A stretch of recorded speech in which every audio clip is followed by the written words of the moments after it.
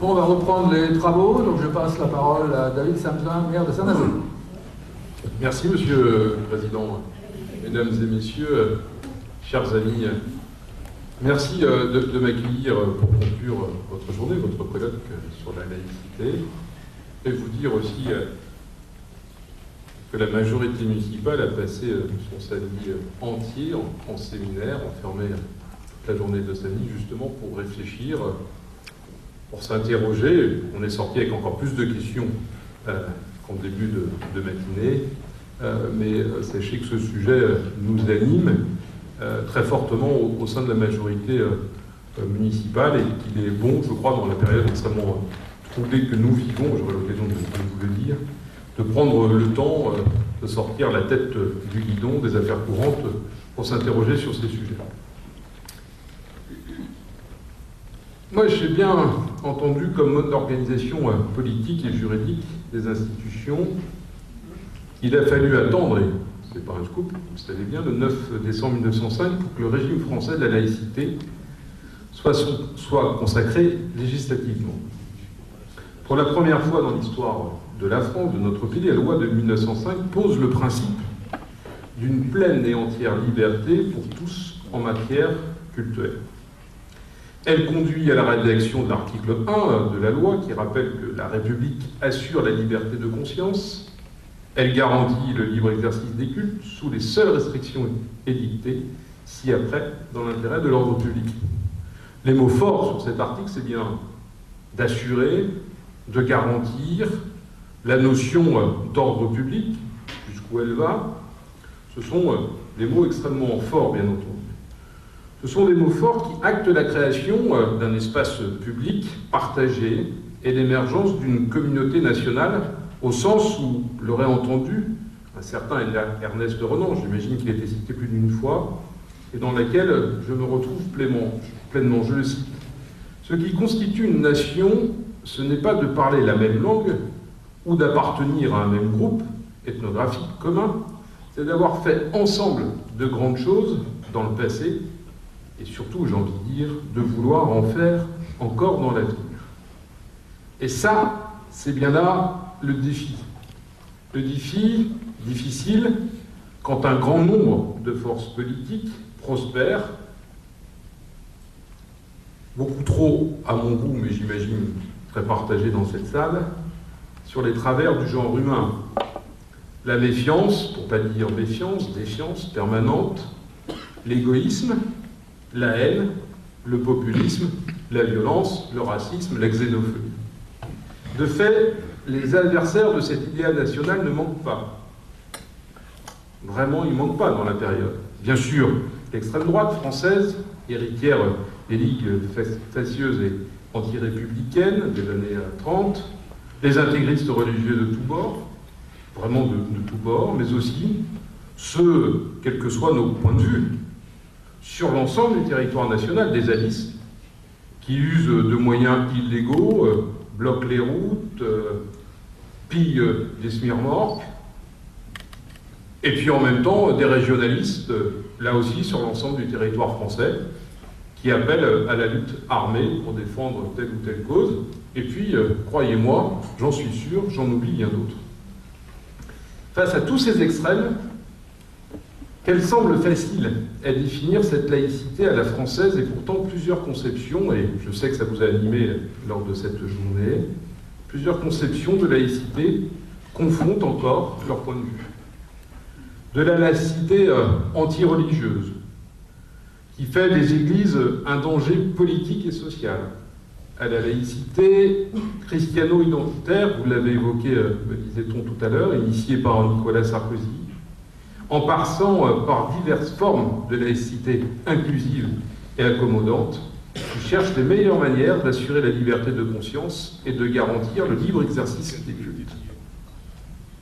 Pour sortir de cet affrontement, je souhaite envisager la laïcité non pas comme une valeur, mais comme un régime. Bien comme un régime, celui qui est le tronc commun, quelles que soient nos histoires, nos couleurs, nos religions. Je rappelle à ce sujet que la loi de 1905 a constitué pour la religion le passage d'un statut de droit public à un régime de liberté publique. En faire une valeur, je crois que c'est un piège, y compris tendu par les extrémistes, c'est de l'exposer à la confrontation avec d'autres valeurs. En faire un régime, c'est ce tronc commun, cette forme de tronc commun qui nous rassemble tous, c'est en faire un socle qui préserve notre capacité à vivre ensemble en articulant liberté de conscience et ordre public. C'est de mon point de vue un contresens majeur de considérer que la loi du 9 décembre 1905 concernant la séparation des églises et de l'État consiste à rejeter les religions hors de l'espace et du débat public. On retient souvent de la formulation, je la cite, « La République ne reconnaît, ne salarie, ni ne subventionne aucun culte, que l'État n'a rien à voir ni à faire avec ces cultes. » C'est un contresens. Ne pas reconnaître ne veut pas dire méconnaître, mais bien n'accorder ni de droit particulier ou de droit spécifique, ni de faire des cultes des corporations de droit public. Et cette loi du 9 décembre 1905 organise la séparation du politique et du religieux pour permettre à toutes les religions de trouver des espaces d'expression et de représentation. Elle dit que les croyances religieuses ne sauraient être les sources du droit et empêche les fonctionnaires de se prévaloir dans leur quotidien, lorsqu'ils sont fonctionnaires, de leurs convictions religieuses ou politiques dans l'exercice de leurs fonctions. Elle récuse l'idée que la vie politique puisse s'organiser autour des communautés religieuses. C'est ce qui fait, là, notre République ne reconnaît aucune religion comme religion d'État. Mais c'est aussi ce qui fait que le président de la République, tous les ans, lors des cérémonies des vœux, réunit l'ensemble des représentants des cultes, ou que le ministère de l'Intérieur dispose d'un bureau central des cultes et entretient avec eux des relations régulières. C'est ce qui m'a conduit, pendant la campagne électorale, et sachez que j'avais été assez silencieux sur ce sujet, là aussi pour ne pas attiser celles et ceux que je pointais du doigt, les extrême droite notamment. Pendant cette campagne, et dans les cadres aujourd'hui de mes fonctions de maire, à rencontrer les représentants des cultes qu'ils le souhaitent et d'échanger sur leurs préoccupations ou leurs projets. C'était notamment la dernière rencontre, après malheureusement ce début d'année tragique, où vous imaginez bien la peur, la crainte de l'ensemble de celles et ceux investis dans des religions. C'est ce qui m'a conduit à être toujours à l'écoute. C'est ce qui m'a conduit toujours à avoir la porte ouverte dans le cadre que j'ai fixé tout à l'heure. C'est en reconnaissant que pour un certain nombre de nos concitoyens, la religion constitue un plan de leur patrimoine, en tant qu'hommes et femmes, patrimoine cultuel et personnel, que nous pacifierons un certain nombre de débats. Il m'apparaît donc important qu'ils puissent trouver au plan national, mais aussi au plan local, des espaces d'expression et de représentation. Envisager la laïcité comme un régime permet de les définir comme suit, de mon point de vue. Il est le cadre politique et juridique qui a pour principe la liberté de conscience et dont l'expression et les manifestations sociales sont encadrées par l'ordre public. Ordre public, manifestations sociales, certes, j'entends bien, beaucoup de sujets qui parlent directement à ma fonction, au maire que je suis. À propos de l'ordre public, dont vous savez que le maire est aujourd'hui comptable, bien évidemment, je vous rappelle que cette notion repose sur 4 dimensions, dont les contours sont établis par la loi et qui évoluent régulièrement avec la jurisprudence. Ces 4 points, la sûreté des personnes, la sécurité des lieux, la salubrité des espaces et enfin la tranquillité. Réfléchir sur la définition d'un régime de la laïcité, c'est donc essayer de donner un cadre à une politique publique des cultes au niveau local, dans le respect des principes d'ordre constitutionnel.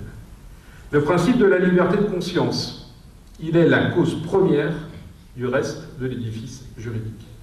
Le principe de neutralité, les principes d'égalité et de non-discrimination. Au final, tout l'enjeu est bien de passer des conceptions subjectives de la laïcité, souvent émotionnelles, et elles sont propres aux hommes et aux femmes, à une conception plus objective qui remet en perspective l'histoire de la laïcité et les intentions de ses pères fondateurs. Et les temps ont changé. Le projet politique, pas tant que ça. D'où l'importance que nous puissions débattre au plan national, mais comme au plan local, grâce à des rencontres telles que vous êtes en train de mener, et je tiens à vous en remercier. Elles nous permettent d'échanger sur la manière de préserver les libertés publiques, auxquelles, j'en suis sûr, nous y sommes extrêmement attachés, en construisant ensemble un régime de laïcité et, au nom de l'ordre public, une politique publique cultuelle locale qui permette de préserver la paix civile, dans notre ville et dans notre bassin de vie.